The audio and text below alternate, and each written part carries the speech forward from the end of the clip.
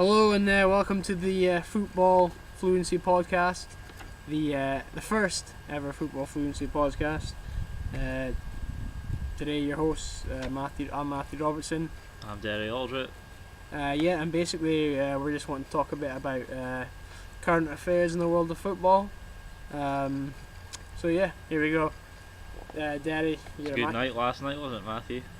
I'm over the moon. Obviously everyone who's breathes air pretty much knows that Man United won their 20th league title last night. And everyone knows Robin van Persie scored a hat-trick. Yep. Beating... my mum walks into the living room, we're watching the game, she goes, "Why didn't he do that for Arsenal?" I was like, he did! I would have throttled her. He did for 1 year, and in the other 7 years he was on the treatment table. Getting horse placenta shoved up his ass. Obviously Van Persie scored the hat-trick. Winning the title with 4 games to go. It's been a cakewalk for a while. Man, they've had the title in the bag for, I don't know. Yeah, well, had it wrapped up before Christmas, really. Yeah, I mean... I think City lost their hunger. After what happened last season, you can never count anyone out. The United had an 8-point gap lead with 4 games to go over City last season, but I think that the win at Manchester City back in, was it December?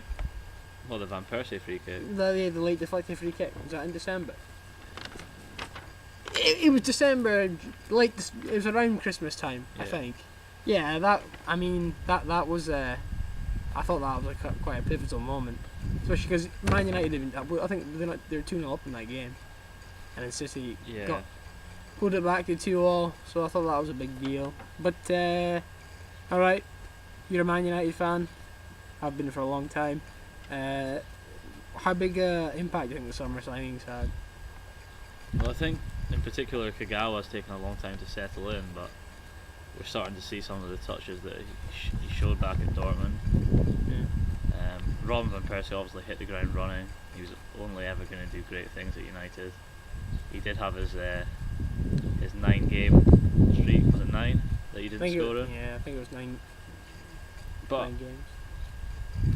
I mean, it's not like United don't have players to come in and fill his boots when he's not playing well. What, you mean Danny Welbeck? 1 Premier League goal all season. Yeah, it's filling those boots. Danny Welbeck does a lot of running, doesn't he?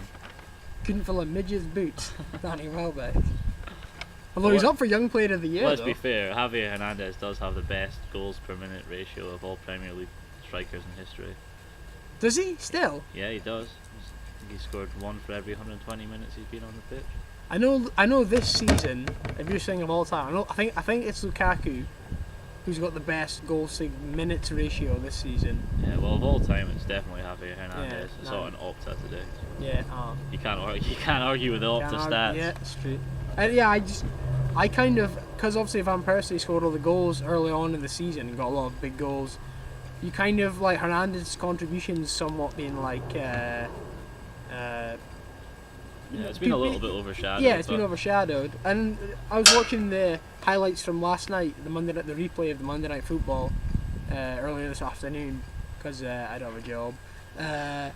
And Gary Neville, they went back and looked over the key points, the key wins in United's season, and there's a couple of games where Hernandez scored.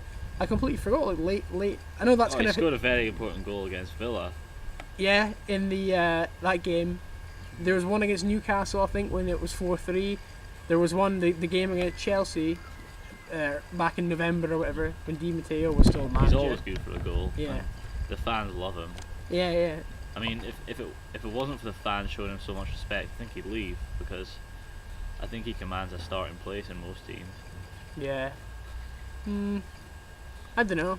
He's definitely a striker who seems to be highly rated amongst all the pundits, and I'm a big Arsenal fan, but yeah, I have no problem saying he's a really good player. Look, and going back to the original question, I think Ferguson showed us his old school economics, and he said, listen, we lost the league on goal difference, and he signed Van Persie, the top scorer in the league, and now we've won the league. A lot of fans said, why has he not gone and strengthened the midfield? People have been saying that for years. but Fergie's just shown his nous once more. Yeah. So wait a minute. If his plan all along was to get like a prolific goal scorer, if say Van Persie had actually had the decency to renew his contract at Arsenal and be fulfill his destiny as a club legend, but we won't get into that. And he'd stayed at Arsenal, and what alternatives were there for Man U, and in terms of a striker on the market that they would have? Who was their second choice or after Van Persie? Was that even discussed? Like, is that something that Man U like? I don't know. At the time, a lot of people were saying that Luka Modric was going to go to Old Trafford, but he ended up at Real Madrid. Yeah. And I think Ferguson put all his eggs in one basket with Van Persie. Yeah. And obviously, it wasn't. I don't think it was so much that Ferguson wanted him. I think it was he didn't want City to have him. Yeah, that's true. And Van Persie made it clear that he'd rather go to United from the off. I think he took less money to go to United. Yeah, and Juventus were also. They were interested, but I mean, not many players are going to turn down Manchester United, or even just Premier League football. Well, Samir Nasri did it. To go to, yeah, that's a good point. I'm glad he did. I don't know. He's hitting some good form. Scored in the FA Cup semi-final. Scored against Tottenham at the weekend. Yeah, because of course Mancini came out and said that he's really frustrated with him because he can't play like that every week. Yeah, he said he wants to punch him or something. Yeah, I don't know. He's just Nasri. He's a strange player. Dips in and out of form. Yeah, the signings. So we've said Van Persie, Kagawa. Kagawa, I think he's come on a lot over the course of the season. It's never easy to fit into the Premier League as a foreign player. I sort of compare him to. He's got a similar style to David Silva, City. Yeah. I think he links up plays well. He's got a great touch. He scores a few goals. I think he could score a lot more goals if he gets the positions. But I think Ferguson's been tinkering with him because he didn't know whether to play him out wide or through the middle. But I think he sort of rolls in and out of the ball really well. And if we were to play with two strikers next season, I don't see why he shouldn't be one of them. Yeah. And there's a lot of talk about what Rooney's doing just now. Last night against I forgot who it was now. Villa. Against Villa, Rooney played really deep. See, you forget who they are when they don't show up, don't you? Yeah. Paul Lambert wasn't too happy with that. But he played really deep and he played really well. He spread the play well. He got stuck in, and I've always thought that Rooney could make a great midfielder, but it's just whether he wants to take that back seat. Yeah. Yeah. But, well, what do you think of Van Persie's first season in the United shirt? I don't think I ever doubted that he would be as prolific this season as what he was for Arsenal last season. It was just a matter of you weren't quite sure if he was going to have back-to-back seasons where he stayed fit. So yeah, obviously he's been unbelievable. I maybe question whether or not he'd stay fit, but you can just tell he's just at the peak of his career right now. He's the most experienced. He's had a lot of experience. What, 28, 29? I would say he's the most experienced centre forward in the league. Yeah. Proper centre forward. In terms of he's played in a World Cup final. He's played in European Championships, Champions League for almost a decade. Yeah. And he was absolutely elated to finally win a league trophy because he's only ever won the FA Cup before, has he not? Yeah. Still right off the Community Shield as well, though. 2005. Okay, he's the sort of player that deserves to win honours in his career. Pretty sure that was like his first. I mean, that would have been the summer he signed. So he would have signed in like July, August. And we would have won the Community Shield in August, and he would have been like, "Oh, you got a taste for it." Yeah, I could get used to this. Walks in, gets handed a medal within like 6 weeks, like a month of being at the club. Happy days. Oh, that seems like a long time ago. What I do to win a Community Shield these days, bloody hell. But as an Arsenal fan, you've got to feel a little bit happy for him because he did give you years of service. Definitely. He left the club in a pretty respectable manner. I mean, a lot of the fans got a bit annoyed with him because he released his press his statement, his press release, just said that like the club's ambitions couldn't match his or something like that. I think So the fans were like, "Oh, it's disrespectful," basically saying that like Arsenal aren't good enough, which they're too small for him. Which is funny because that's what the fans know. That's the truth. They just don't want to hear the truth. In the fact that in this current period we're in just now, Arsenal just aren't in a position to compete for Premier League titles. We're pretty much jostling for third and fourth place. We have been for the last sort of 5 years, and for the foreseeable future, it looks like it's going to be that way. This was a big investment in the squad, which apparently is like impending. Apparently, Wenger's finally going to splash out, but you hear that every summer. You have to buy quality.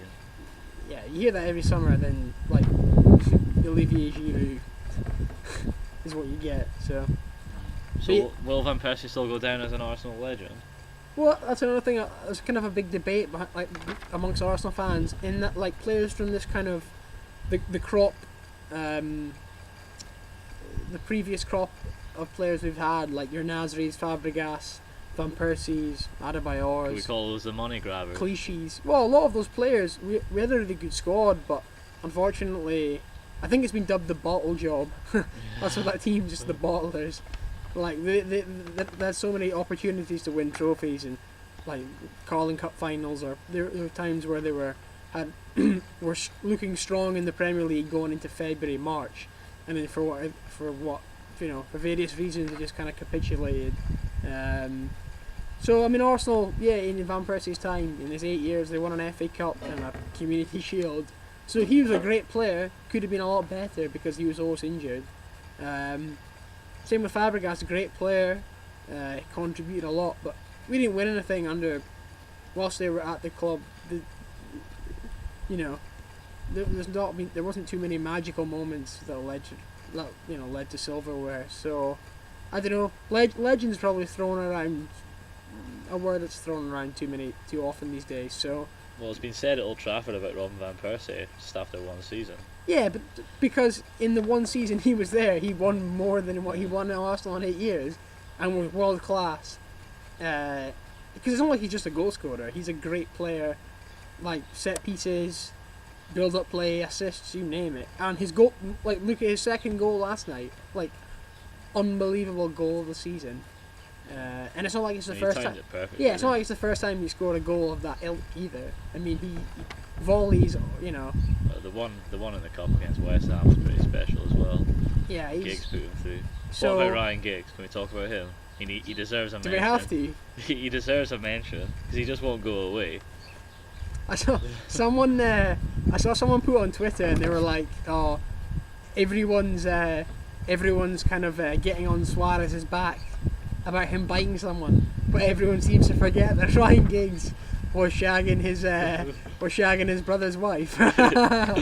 Well, yeah, my little sister, she dabbles in football, and she came in from the pub last night and she said, "I just love that Ryan Giggs. He's such a great guy." Yeah. And I said, "Listen, you can say what you want about his footballing ability, but he's not really a great guy, is he?" Yeah. I mean, I guess that's something that has to be swept under the rug in terms of the footballing media, because if they're covering a game, if we're talking about Ryan Giggs' professionalism in terms of him as a footballer, him as a servant at Man United, they're not going to be like, "Oh, he's been a great player for 20 years, won all these medals, but he's still a dickhead because he shagged his brother's wife." Well, I think his brother might have something. But they're never going to bring it up on air because it's not professional, and it's not the right thing to do. But obviously, it's unbelievable. It reminds me of when Alan Shearer was playing. Alan Shearer. He was a player that I think he retired around the age of 35. But even his last season for Newcastle, he was still, fairly prolific. I feel maybe he got 10 to 15 league goals. His presence was always felt anyway. Yeah. So you felt he didn't retire out of necessity. He just probably felt like, well, I've won everything, or I've had a great career. That's awkward. It's true. He did win a Premier League title. Yeah. Let's remember that. So Shearer, he didn't have to retire. I guess he just thought, well, I don't know. Maybe. Well, I think a media career was beckoning, and I think he just sort of grabbed that opportunity as he could. And did he not? He took a managerial position as well at Newcastle. Yeah, but not straight away. Yeah. That was a few. I think he retired maybe in 06, and then I think it was around 09. He was a manager of Newcastle for about 7-8 games, because he tried to save them from relegation, and well, they went down, didn't they? Poor Alan. Yep. And now he has to sit next to Mark Lawrenson every week. So I don't know, it's probably not an improvement. So you think Van Persie's already a legend, yeah? I don't think he could go far in messing that up. Yeah. Well, what could he do now to mess that up? If he gets 15 goals next season, then no one's going to complain. Yeah. Like just watching it last night under the floodlights. The early goal and the second one, the goal in the first minute, then that wonder goal, and then he got the hat. It was inevitable that he felt he was going to get the hat trick. Yeah, well, Ryan Giggs really should have shot. What was that for he set up the third goal? Yeah, but it just felt really kind of like iconic. You're like, he's got a hat trick on the night that wins in the league. Yeah, I don't know. I think it's a memorable moment for the season anyway. And yeah, we can take a lot more from the performance. I mean, it's not just. I think Gary Neville said you never win a league with just one man, and there's a lot of mature performances from young men out there last night. Well, this is what I'm going to ask you about. 7 players won their first league title last night. So who did we say? Phil Jones, De Gea, Van Persie, Kagawa, Lindegaard, cleverly, possibly Welbeck. Yeah. I mean, that's great for them. Gives them hunger to go on and do it again. But I think that's what separates a Ferguson team from a Mancini team. The Ferguson team will have the hunger and desire to go out and surpass what they've done, whereas a Mancini team will sort of sit back and rest on their laurels. Yeah. Although I still think Man City players will have the ambition to win the European Cup. I think they're still going to look to, especially because the last 2 years they've got knocked out in the group stages. So, but yeah, in terms maybe they just don't have the experience of juggling big competitions. Yeah, that's something to think about as well. So, out of those 7 players, how many of them do you think have like a big future ahead of them at Old Trafford? Like, do you think the goalkeeper situation's been interesting this season because a lot of people were getting on David De Gea's back. And I don't know about what the thing is with Lindegaard, but he seemed like a safer option. Apparently he's looking he's looking elsewhere. To leave the club this summer. I don't blame him because he wants first team football and he's certainly a capable goalkeeper. Yeah. But I think in terms of who will go on to have a long career at United, I'd say David De Gea for certain because he's looked incredible in the past few months. I don't think we would have had this league title wrapped up without him. I think Phil Jones looks to be a very good player. I don't know whether he was worth the £15 million we paid for him, but is he going to be the new centre back? Yeah. Well, that's the thing, because he can play in so many different positions. We're never really sure. Yeah. From a fan's point of view, you're never really sure what sort of Phil Jones is going to turn up. I mean, is he going to be the marauding midfielder that we've seen? I think we saw that more last year. Or I think he looks best at centre back. Yes. And I used to have concerns about Raphael at right back, but he's come on to show that he's come on leaps and bounds. He's come on to show that he's strong. He's been finishing games. Last season he barely even finished a game. So I don't really have concerns about right back anymore. When I did, I thought that Phil Jones could maybe occupy that slot, but with Ferdinand and Vidic growing older, and they're doing it well, but they are growing older, I think that Phil Jones could certainly go on to, I'm not going to say he's going to be as good as Rio Ferdinand because I don't think many people ever will. I think Rio Ferdinand's a great centre back, but I think he can certainly do a job going forward. Was this Smalling's first title as well, or was he there 2 years ago? I think this could well be his first title. I'm not 100% sure. I don't know. I mean, I'm not a Manchester United fan, but I mean, looking at those players, I would assume a lot of them, a majority of them are young. You know, De Gea, Welbeck, Cleverley, Jones. I think they're all. They're all young players who can only get better. I can't see that any of those being sold. Well, Cleverley's a funny one because he's 24 years old. And who are they going to sell him to? Sunderland? That's where all the other... Yeah, but he's not Kieran Richardson. This guy's actually been heralded as like a pretty... So was Kieran Richardson. Kieran Richardson was tipped to be really? Ryan Giggs' success. Yeah. I don't know about that. All these players were. And was he... I'd expect more from a 24-year-old than what you get from Cleverley. Speaking to one of my friends, Mike Scott, at Mike Scott if you're listening. Zing. And I said to him, what does Cleverley offer apart from work rate? And he couldn't tell me. I thought he was supposed to be a really good passer of the ball. Oh, he's a good short passer, but I think any professional footballer should be. And he does play around with tempo, and he does have the makings of a good player, but from a he's not going to develop anymore, in my opinion. And he doesn't. The one thing that annoys me about the current United squad is none of the midfielders offer set pieces. We've got our two centre forwards taking corners. I mean, that's not necessarily a bad thing, but we'd rather have them in the box. Yeah. If Tom Cleverley could offer the ability to take a corner, it would certainly go a long way to justify his place in the squad. Van Persie took corners, all set pieces for Arsenal last season. Henry used to take set pieces for Arsenal. Yeah, but Manchester United win things and Arsenal don't. Hey, whoa! We won a lot of things whilst Thierry Henry was taking our corners. I think it's because he could never... I think Henry only ever scored about 10 headers in, 8 years at Arsenal. I think that's why he took the corners, because he was never going to be a threat with his head. Van Persie is very capable with his head, and he does whip in a good corner. Yeah, his you're not going to deny that. His delivery is... But I'm just saying, incredible. It could be another facet to Cleverley's game that, if he had it, I'd be more inclined to say he could go on to do more at United than he will. I just can't see him being a permanent fixture in that team. Well, I disagree, but I don't know. I guess we'll see. But would you have him at Arsenal? Yeah, Is he anywhere near as good as Jack Wilshere?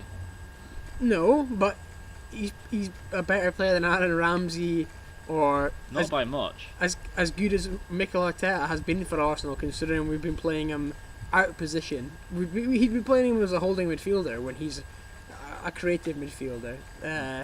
He's 31, I think now. Lost all his... He didn't have much pace to begin with, but he has no pace. Yeah, Tom Cleverley. He's young. This might be controversial, but I don't put much between Ramsey and Cleverley. And you're someone you've castrated Ramsey. Like, you used to say to me 6 months ago, he's terrible. One of the worst Arsenal signings. One of Arsene Wenger's worst ever signings. Yeah. I don't know. They're kind of similar in stature. Neither one of them has great pace. Ramsey's passing. His game's based on his passing, but I wouldn't say his passing. He gives away a lot of possession. But I think that's a confidence thing. You can't really afford to do that as an Arsenal player. Yeah, because our whole game's based on possession. So yeah, I mean, everyone says that United will have to strengthen in the midfield. We've been saying that for years, saying, "Oh, we should have signed a player like a Schneider or a creative midfielder." I don't know. If you could buy, Fergie's going to go out and buy one or two players in the season, in the summer, what position you want them to be for? Well, personally, I don't think we've got. I'm not a great fan of the wingers that we currently have. I think Valencia had a very good game last night, but by his standards, he had a poor season. Ashley Young, sort of flattered to see him in a United shirt. And I mean, we've got Wilfried Zaha coming in. I don't think Nani's going to be at the club next season. Although I think he was an incredible talent, and he still has talent, but it just hasn't worked out. Anderson, I don't know if he'll be there next season. So I think, in terms of attacking midfielders, we are looking short. And I know we've been linked a lot with Kevin Strootman. Who's he play for? PSV. Okay. And I don't know enough about Dutch football to say if we should sign him or not, but I know we've been linked with him. Yeah. And I'm not sure. Of course, we've always been linked with Götze of Dortmund, but apparently he's going to Bayern. So, yeah. Announced today. I don't know.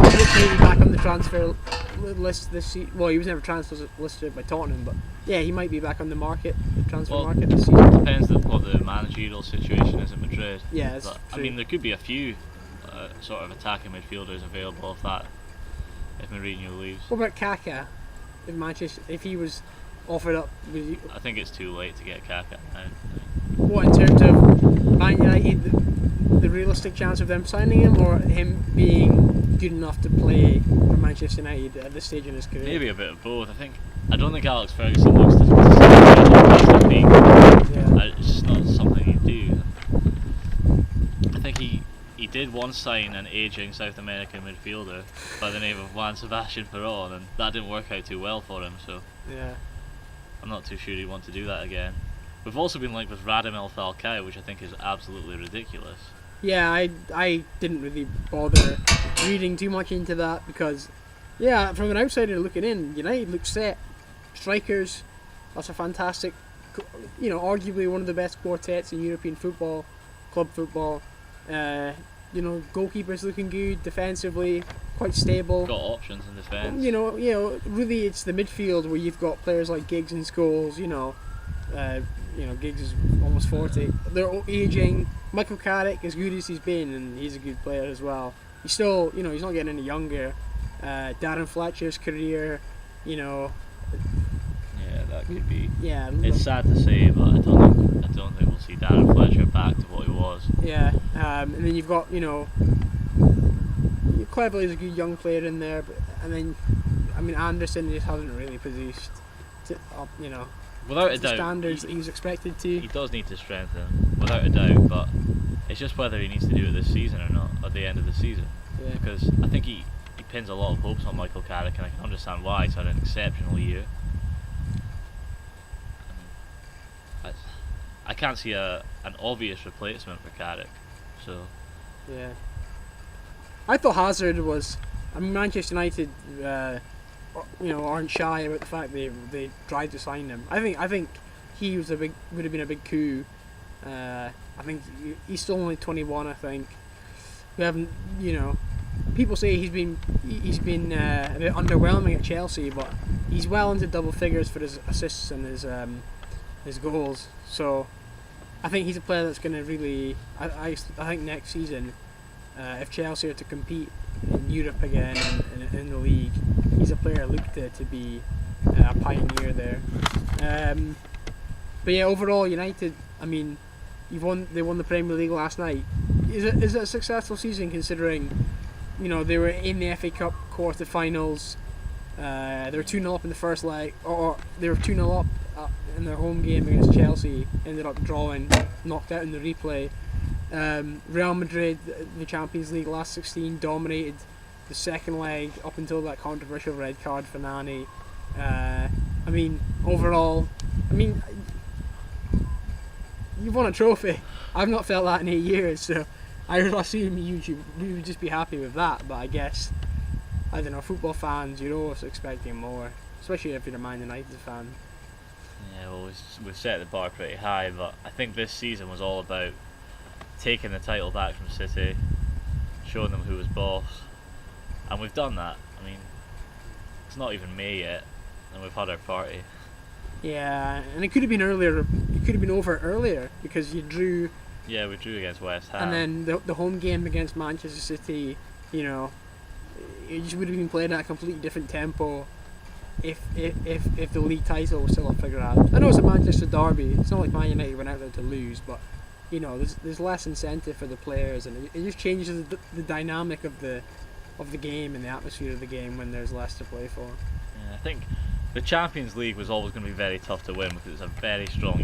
The German and Spanish teams are very strong this year, yeah. And I'm not too bothered about that. But we've not won the FA Cup in a long time, and Rio Ferdinand still doesn't have an FA Cup medal. I don't think it doesn't look like he's going to get one. Has he signed a new contract? He's not signed a new contract. I certainly hope he does, but yeah. but it's a great feeling to watch your team play in the FA Cup final. I remember the last time we did it, and it was a heartbreaking day. Didier Drogba. Yeah, Mr. Wembley. His record at Wembley is insane. Like the new Wembley, how many goals he scored. But yeah, you just mentioned the Champions League. Well, tonight, as we sit here, Barcelona play Bayern Munich in Germany at the Allianz in the semi-final, first leg. Talking points going into the game. Messi's kind of just come back from an injury. They've been resting him in the league games. Obviously, it was his substitution that turned the tie around in the last round against PSG. Who do you favourite going in? Barcelona also have defensive problems with injuries. Personally, I think the Germans look very strong. Last season's runners-up. Yeah, I can't really see. I know that Barcelona play a brand of football it's very hard to compete with, but I think the Germans are just going to sort of dominate them in midfield tonight. Well, how so? Because Barcelona are going to have, come hell or high water, Barcelona will have 60% possession of the football, at least. Well, I don't know. I think if there's any team that can stop that, it'll be Bayern Munich. I'm not saying that they're not going to be able to counter-attack and create chances, but I don't think they're going to have the ball. I mean, Arsenal went there and fine, Bayern Munich were up 3-1 from the first leg, took their foot off the gas, but even then, Arsenal comfortably had possession of the ball. What, so you think that Bayern will play counter-attacking football? Against Barcelona, they don't have a choice. I don't think you have a choice if you're playing Barcelona. You have to play counter-attack because, I mean, how did you get the ball off a combination of Xavi, Iniesta, Busquets, Messi? You can bring on Fabregas. You're not going to get the football off these guys. Plus, Bayern Munich are set up for the counter-attack anyway with players steely. like... I know, but they have players like Robin and Ribery. These guys, their game is all about the counter-attack. I think if Barcelona score an away goal tonight... I think if Barcelona score twice tonight, I think the tie's over. I'll say that. Do you think they will, though? Do you think Messi won't be happy that he's been rested over the past couple of weeks? Well, apparently he's from what I know up to now, he still hasn't been confirmed fit to play. But I'm assuming he's going to play because they have rested him for the last few. He hasn't played since the Paris Saint-Germain game, which was about 3 weeks ago. So bit of a holiday for him. He usually doesn't miss a game. Yeah, he's fit as a fiddle. But yeah, he's a crucial. I mean, if you take him out of the Barcelona team, as you know, it's kind of funny because they still have like World Cup winners and multiple Spanish champions, Champions League winners. You name it, they've won European championships. But if you take Messi out of that team, they look toothless. Yeah, I'd agree with that. I don't think David Villa is in the sort of position where he can guarantee you goals anymore. Well, Teo and Pedro. Yeah, I players like Pedro and Alexis Sanchez don't really. They're good players. They're very much the supporting cast. I wouldn't go into a big semi-final like this, and if they were leading my strike, were my strikers, I wouldn't be going into the game, assured of victory. Whereas in, Messi's in the last 4 seasons, he had, like Ronaldo, has like a goal to game ratio. So, I mean, you almost know you go into every game expecting and knowing he's gonna score at some point. So. Did you think Pep's gonna be there? What, you mean watching in the stands? Yeah. I mean, I don't know. I've not heard any news if he's in Germany. I'll suspect not, because I think maybe he'd feel he'd be maybe being not disrespectful to the Bayern Munich manager, but I don't know, maybe overshadowing him, taking away the attention. It'd be interesting to know who he'd want to win. So Pep, if you're listening, just get us on Twitter and tell us if you want your new team or your old team to win tonight. Well, I mean, I guess he's born and bred Barcelona, so. And also, if he goes into the Munich job and they've won the European Cup, it makes it harder for him because he has to, keep up those standards. Whereas if he goes into Munich, haven't won the European Cup, well, he can say, well, here, I can do something that you didn't do last season. So it'll be interesting to see what he does in his time there. If he's able to successfully implement his possession-based style and culture to Bayern Munich. So particularly in the Champions League, I'm looking forward to seeing that. So yeah, what's your prediction for that game tonight? I'll say that Bayern Munich will win 2-1. Okay. Yeah, I'm gonna go with the same scoreline. However, I feel Barcelona will have a lot of the ball. It may be similar to the game they played at Milan earlier back in February, where they have a lot of possession, slightly static though. Although it's a semi-final, there'll be more intensity in this game. But yeah, I'm going to go for a Munich win 2-1. 2-1. Watch out for set pieces as well. Yeah. That's where Bayern can profit. And then also, quickly, I'm going to say they've released they've triggered a release clause in Mario Götze of Dortmund, 32 million. Is that a good bit of business? Maybe he's the creative midfielder that Manchester United should be looking at. Is that a missed opportunity? It could be, but in Germany, all the top players will go to Bayern. There's nothing you can do about that. We've seen that before. We saw Ballack go there. Neuer. Yeah, it's really hard to lure them over here. And to be honest, he's unproven. We bought Shinji Kagawa from the same team that he plays in. Shinji Kagawa outclassed him in that team. So, to be honest, I don't think he's the missing piece of the puzzle. But he could be a great player for Bayern. And what I do think is that the timing. I don't think they should have done it at this point in the season, with these Champions League games coming up, because it's kind of a bit of a distraction. I think Götze has actually made a statement saying that he's going to Bayern. I don't think that's good practice. So, but hopefully that'll be overshadowed by the quality of the games, the two Champions League games we have to look forward to. Yep, definitely looking forward to it. Quickly to condense what you've said there is that Man United shouldn't sign Götze because they've got Tom Cleverley. So, am I right? Anywho, okay. So thank you for listening. If you have been, I've been Matthew Robertson. I've been Derry Aldrich. Yes, this was the first edition of the Football Fluency podcast. Hopefully, we can have more of these up for you. Yeah, you can get us on footballfluency.com and either of our Twitter pages, which are Derry Aldrich, at Derry Aldrich, and at Matt Robbo 1990. I've not been tweeting too much just now, but hopefully that's something I'm gonna get a bit better at. And also hopefully at the blog we're gonna have some new posts, football related posts up for you that you can read and hopefully enjoy. So yeah, like I said, thanks for listening, and we'll enjoy talk the to you game again tonight.